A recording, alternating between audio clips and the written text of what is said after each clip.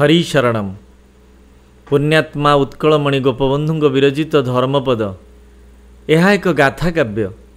सज्जन, ये काव्य जीवन को परिपूर्ण करने सते जेमती गोटे मंत्र भली। त्याग किभली मनीष को परिपूर्ण करे, समग्र जाति पाई आत्मोत्सर्ग करी व्यक्ति केमती महान हुए ताहा शिक्षा करने ये गाथा काव्य आमको उज्जीवित करे, पाथेय दिए, आउरी आगे निए दुई पाद। जीवन पाई यह सबुठारु उपकारी, जीवन पाई यह एक उपादेय अंग। सतरे ये धर्मपद आम पाई आजिर जीवन रे गोटे उपादेय प्रसंग। ये धर्मपद नुहे, यह चेतना पाई गोटाए संजीवित मंत्र भली। आसंतु धर्मपद काव्य को आमे धारावाहिक भावे श्रवण करिबा, आउ तार मधुर मादकता को अनुभव करी जीवनरू किछि शिक्षा करिबा। प्रथमे 12 वर्षर बालकर सुकुमार चित्र को आमे देखा पाइबा। छोटिया बालक, बापा तार चली जाइछि कोणार्क मंदिर तोलिबा पई। कहार निर्देश रे? लांगुला नरसिंह देवंकर निर्देश रे काव्य आरंभ होउछि बालकर परिचयरू।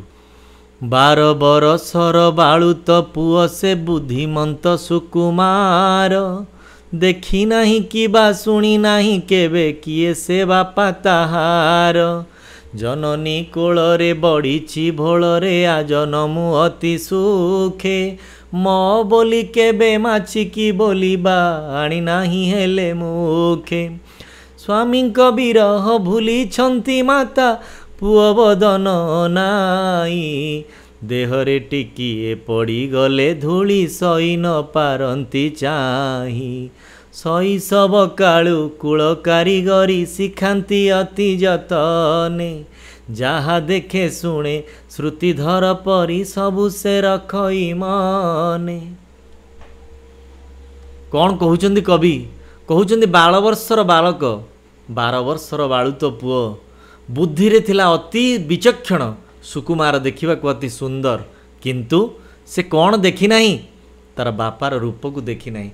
कारण विशु महाराणा जी थिले तार बापा, से ये जन्म होगा पूर्वरु कोणार्क मंदिर तोलिबा पाई राजांक निर्देश रे घर छाड़ी चली जाइछन्ती। जेतेबेले ये गर्भरे मात्र 4 मास होइतिला, सेतेबेले तार बापा ताकू छाड़ी की चली जाइछन्ती। तेणु पिला बेलू से देखी नहीं किए तार बापा, ताकू आखिरे देखी नहीं। बुद्धिमंत, देखा अति सुंदर बालक धर्मपद।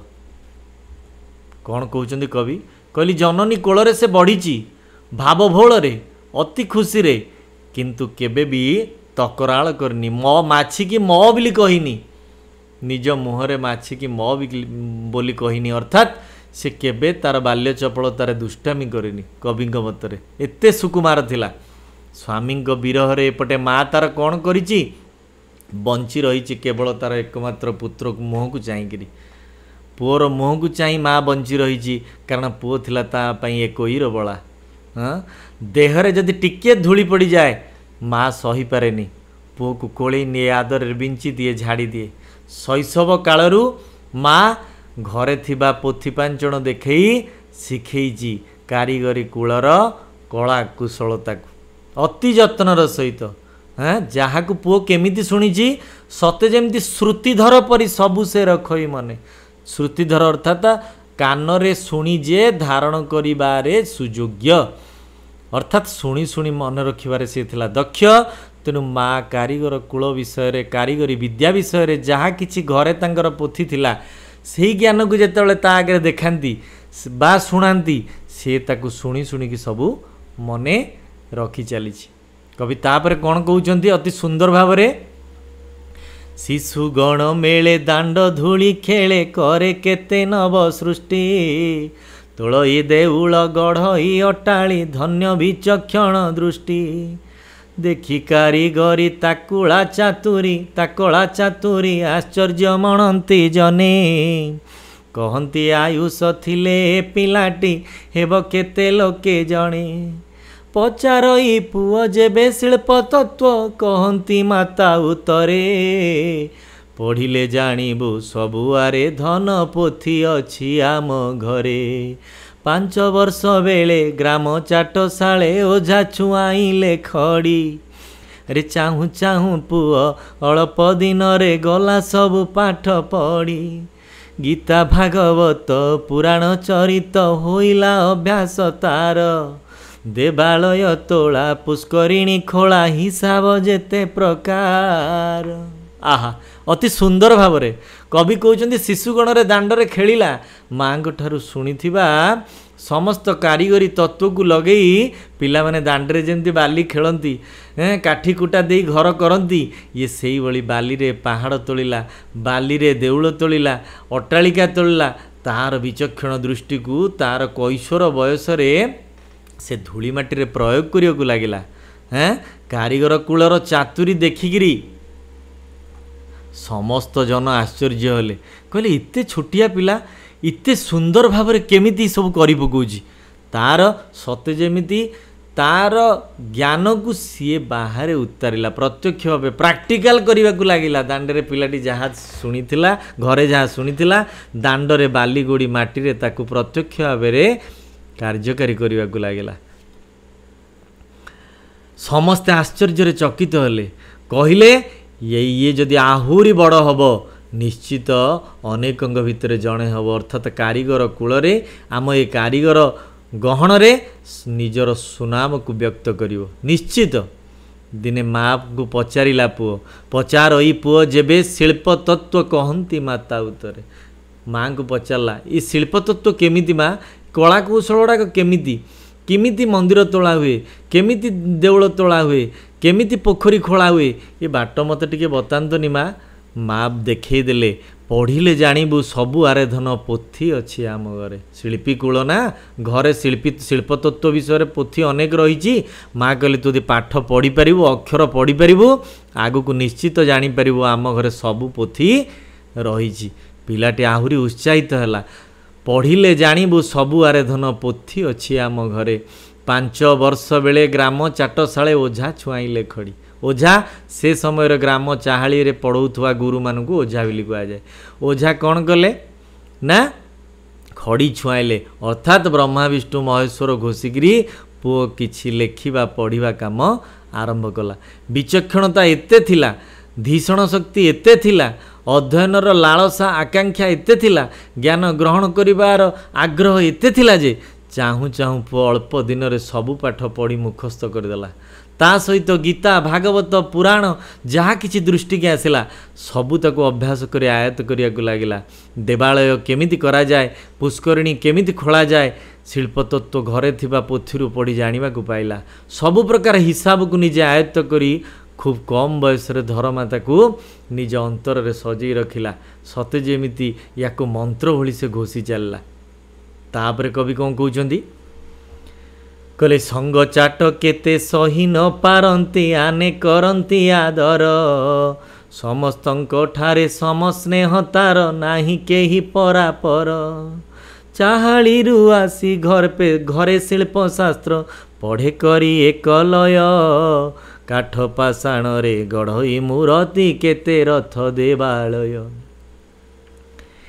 ଏ ଦିନେ ଚାହାଳିରୁ ଫେରି ଆସି ପୁଅ ଉଭା ହେଲା ମାତା ପାଶେ ଆଖି ଥନ ଥନ ବଦନ ମଳିନ ତୁଣ୍ଡରେ କଥା ନ ଆସେ ପୁଅକୁ ଅନାଇ ମାତା ଅଛି ଛର୍ଣ୍ଣେ ପଚାରନ୍ତି ବେଗେ ଦୁଃଖେ କିମ୍ପାଇରେ ଧନ ବିରସ ତୋ ମନ ହସ ନାହିଁ କିମ୍ପା ମୁଖେ।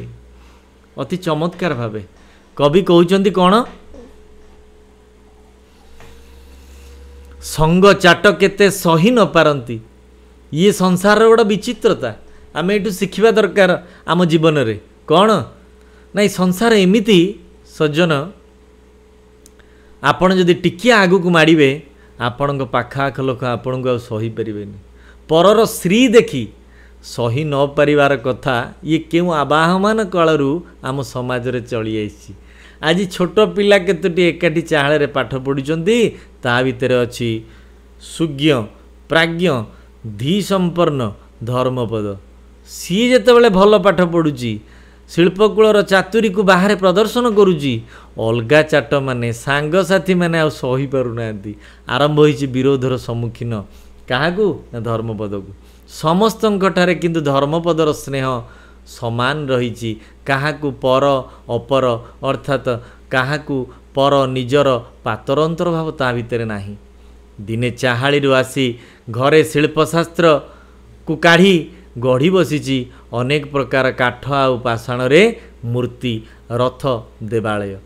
ଯାହା ଚାହାଳିରେ ପଡ଼ିଛି, ଘର ଶାସ୍ତ୍ରରୁ ପଡ଼ିଛି, ତାକୁ ଆଣି ବାହାରେ ପ୍ରତ୍ୟକ୍ଷ ଭାବେ କରି ଲାଗିଛି। କାଠ ପାଷାଣରେ ନୂଆ ନୂଆ ମୂର୍ତ୍ତି, ଦେଉଳ ସବୁ ଗଢ଼ି ଚାଲିଛି। ସମସ୍ତେ ଦେଖି ଆଶ୍ଚର୍ଯ୍ୟ ହେଉଛନ୍ତି, କହୁଛନ୍ତି ଧର୍ମା ଧନ୍ୟ ତୁ, ଧନ୍ୟ ଧନ୍ୟ ଧନ୍ୟ। ଆଉ ଏକ ଦିନ ଘଟଣା, ଚାହାଳିରୁ ଯାଇ ଫେରୁଛି କିଏ ନା ଧର୍ମା। ମନରେ ବିଷର୍ଣ୍ଣତା। ଦିନେ ଚାହାଳିରୁ ଫେରି ଆସିଛି ପୁଅ ଏବଂ ଉପସ୍ଥିତ ହୋଇଛି ମା ପାଖରେ। ଆଖି ଥନ ଥନ, ବଦନ ମଳିନ, ତୁଣ୍ଡରେ କଥା ନ ଆସେ। ପାଟିରୁ କଥା ବାହାରୁନି, ମୁଖ ମଳିନ ପଡ଼ିଯାଇଛି, ଆଖି ଥନ ଥନ ହେଉଛି, ଚଳଚଞ୍ଚଳ ହୋଇ ଉଠିଛି ଏବଂ ଆସିକି ମାଆକୁ ପଚାରୁଛି। ଦୁଃଖୀ ହୋଇପଡ଼ିଛି ଧର୍ମା। ବିଷର୍ଣ୍ଣ ବଦନରେ ମାଆଙ୍କୁ ପଚାରୁଛି, ପୁଅକୁ ଅନାଇ ମାତା ଅଛି ଛର୍ଣ୍ଣେ, ପଚାରନ୍ତି ବେଗେ ଦୁଃଖେ, କିମ୍ପାଇରେ ଧନ ବିରସ ତୋମନ, ହସ ନାହିଁ କିମ୍ପା ମୁଖେ। ମା ପୁଅର ଏଇ କଥା ପୁଅର ମୁଖକୁ ଦେଖି ଦେଖି ଏକୋଇର ବଳା ବିଶିକେଶନ ସତେ ଯେପରି ଧର୍ମପଦ ତାର ମୁହଁକୁ ଦେଖି ମା ତାର ଅଧୀର ମାତୃହୃଦୟକୁ ସମ୍ଭାଳି ରଖିପାରୁନି। କହୁଛି, ଆରେ କ'ଣ ହେଲା, କାହିଁକି ତୁ ଦୁଃଖରେ? ହେ ମୋର ଧନ, ତୋର ମନ କାହିଁ ବିରସ, ତୋ ମୁହଁରେ କାହିଁ ହସ ନାହିଁ, କାହିଁକି ତୁ ଏତେ ବିଷର୍ଣ୍ଣ? ଚାହାଳିରୁ ଫେରି ଆନ ଦିନେ ଦିନ କହୁ ହରସରେ କେତେ କଥା। ମା କହୁଛି, ଅନ୍ୟ ଦିନମାନଙ୍କରେ ଚାହାଳିରୁ ଫେରି ଆସି ବହୁତ ସୁନ୍ଦର ସୁନ୍ଦର କଥା କହୁ, କିନ୍ତୁ ସେ ରୀତି, ସେ ସ୍ୱଭାବ ତୋ ପାଖେ ଆଜି କାହିଁ ଦିଶୁନି? ସେ ଅଭ୍ୟାସ ଆଜି କାହିଁ ହଜିଯାଇଛି କି? ତୋର କ'ଣ ହେଇଛି? ତୋର ଦୁଃଖ ମନ ଦେଖିଲେ ମୋ ଭିତରେ ଭୀତି ଭୟ ଆସେ, ମୋ ପ୍ରାଣରେ ବହୁତ ବ୍ୟଥା ହୁଏ ରେ ପୁଅ। କବି ତାପରେ ଆଗକୁ ମା ମୁଖରେ ଧର୍ମପଦ ପ୍ରତି କେଉଁ ବାଣୀ ପ୍ରୟୋଗ କରୁଛନ୍ତି? ମାତୃହୃଦୟ କାହିଁକି ବିଳପି ଉଠୁଛି ଏକମାତ୍ର ସନ୍ତାନ ଧର୍ମପଦର ଦୁଃଖରେ? ମା ହୃଦୟର ବିଳାପ ଆମେ ଏଠି ଦେଖିବାକୁ ପାଉଛେ। ସଜ୍ଜନ, ଧର୍ମପଦ କାବ୍ୟ ଆଗକୁ କ୍ରମଶଃ ଆଗେଇ ଯିବ। ଅନେକ ଆଶା ଆକାଂକ୍ଷା ଉଦ୍ଦୀପନା ଦେଇ ଏ କାବ୍ୟ ଆମକୁ ନୂଆ କିଛି ଦିଗ୍ଦର୍ଶନ ଦେବ। ଜୟ ଜଗନ୍ନାଥ। କ୍ରମଶଃ ଆଗକୁ।